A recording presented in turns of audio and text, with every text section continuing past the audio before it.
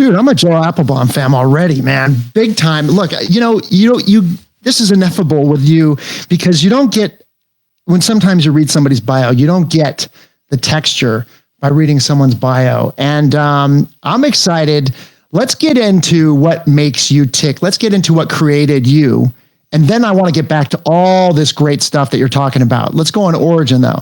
Dude, where are you from? What did your mom and dad do for a living? Let's get into you. I was raised and grazed in Crooklyn, New York. I'm one of 6. I'm number 2. I got an older sister. I got 4 sisters and 1 brother. So I have 1 older sister, then I'm number 2. And growing up, my parents didn't have money. We lived in a basement in Brooklyn. We had 1 bedroom that we all shared. And there was always like this scarcity mentality. My father didn't really like to work, so he had these really low-end jobs. And my mother was kind of like a housekeeper. And one day she was just fed up. She's like, I'm done. I'm done living in a basement. I'm going to do whatever it takes. So she decided she's going to open up a store on the Lower East Side, and she's going to sell women's clothing. That's what she decided she's going to do. She has no experience in business, no connections.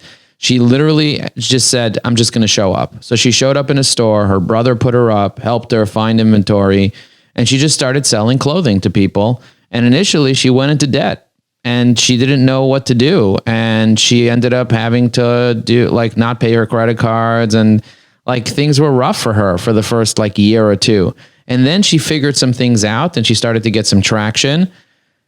She made it to the $100,000 mark and then to the $200,000 mark in revenue. But she still was struggling, working 16 hours a day, trying to figure it out. She didn't have the support. And she certainly didn't have the strategy. And I remember clearly, like today, I used to go to her store and she used to do all things to try to get lucky. She's like, I'm going to stay a little longer. I'm going to open on Sunday. I'm going to stay till midnight and maybe I'll get lucky. Maybe we'll get lucky if we do this, if we do that, if we change our company name, if we change the store location. And like everything was trying to get lucky. And eventually she opened up 3 stores in the same place because she's like, this is a lucky place. We need to get as many stores as possible in this place. That was like her thing. And each store she called something else, which didn't have different luck. And she called rabbis and she was trying to get luck. She put certain like signs that said God is great on the window to get lucky. And I grew up watching all that and thinking to myself, wow, I hope this works. I hope she makes $1 million. I hope she buys a house. I hope all these things for her.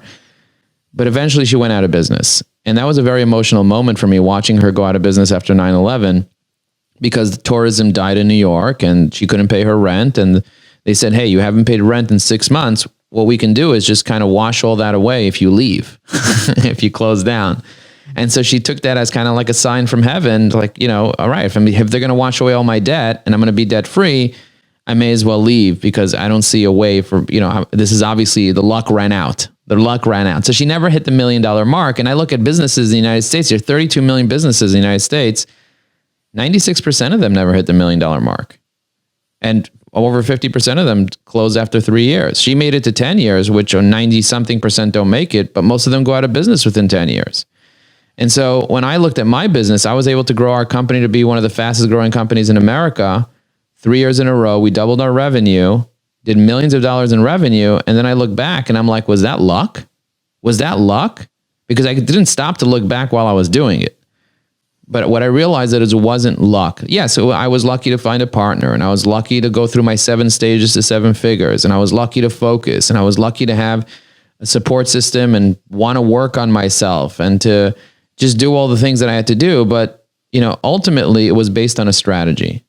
And I had a simple strategy. My strategy was 1 partner, 1 business, 1 product, 1 audience for many years.